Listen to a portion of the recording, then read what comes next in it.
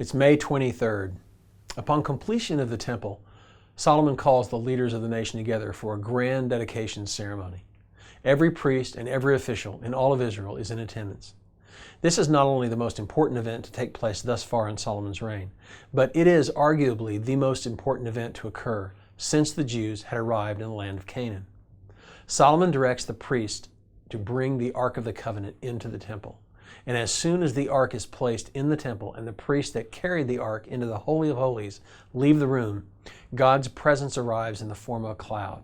And it is so tangible in that moment that the priest became physically weak and they couldn't continue their duties. Solomon's prayer of dedication includes pleadings for God's mercy upon the nation and a sobering prophecy regarding Israel's future judgment that we know will be fulfilled at the hands of the kingdom of Babylon. At the beginning of the dedication ceremony, Solomon humbly acknowledges three realities: that God can't be contained to a building, that God didn't even ask for Israel to have a king, and that God didn't ask for a temple.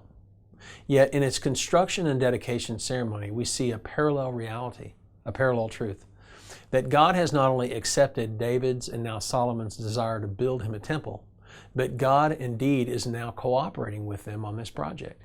Yes, He is cooperating and He is pleased. Yesterday we saw that the temple represents God's dwelling place. Today we see that the temple also represents God's willingness to partner with His people to fulfill His kingdom priorities.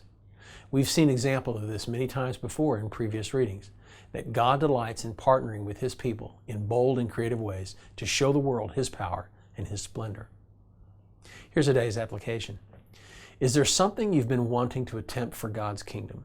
Perhaps an idea that has been in the back of your mind, or even a plan deep in your heart that you've thought about pursuing that would serve others or glorify God in some way? Pray about it. It might actually be something that God has placed in your heart. Ask Him to help you flush out whether you should pursue it. If you don't have any such plans right now, ask God to show you where you fit in His efforts to show the world His power and His splendor. Now here's today's prayer.